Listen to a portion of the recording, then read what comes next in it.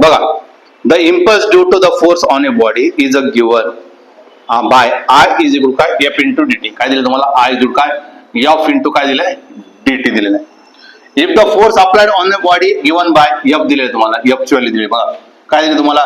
3t square plus 2t plus 5 newton. Then the impulse on the body between the T is two काय? T ची value आता बदलली बघा त्यांनी. 3 to काय करायला लावलं त्यांनी? 5. बस आय तर काढायचं आहे. आय इज इक्वल काय इंटिग्रेशन मध्ये एफ ची व्हॅल्यू काय? 3t square plus 2t plus काय 5 आणि काय dt. चला याचं काय जाईल? 3t cube divide by 3 plus काय 2t स्क्वेअर बाय 2 प्लस काय 5t. लिमिट काय त्याची? लिमिट काय 3 to 5. 3 3 get cancel, 2 2 get cancel. काय राहिलं तुमचा? t cube plus t square plus 5t. काय लिमिट त्याचा?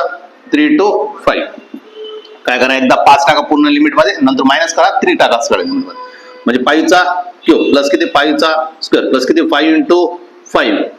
हा हे काय झालं? प्लस सगळं 5 अप्पर लिमिट टाकलं. मग आता काय लोअर लिमिट टाकायचं? किती टाकायचं? 3. 3 चा क्यूब प्लस 3 चा स्क्वेअर प्लस 5 into 3. चल 5 चा क्यूब किती होणार? 125 प्लस 5 चा स्क्वेअर किती होणार? 25. 5 into 5 25.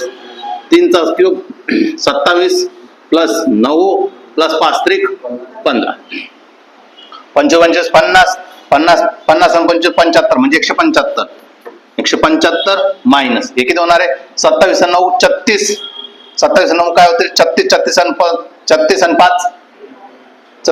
आणि 5 41. 41 आणि 10 51. 51. 51. आता काय करायचं? सबट्रॅक्शन करायचंय. सबट्रॅक्शन करायचं म्हणजे काय झालं? 4 झाले, किती झाले? 2 झाले आणि 124.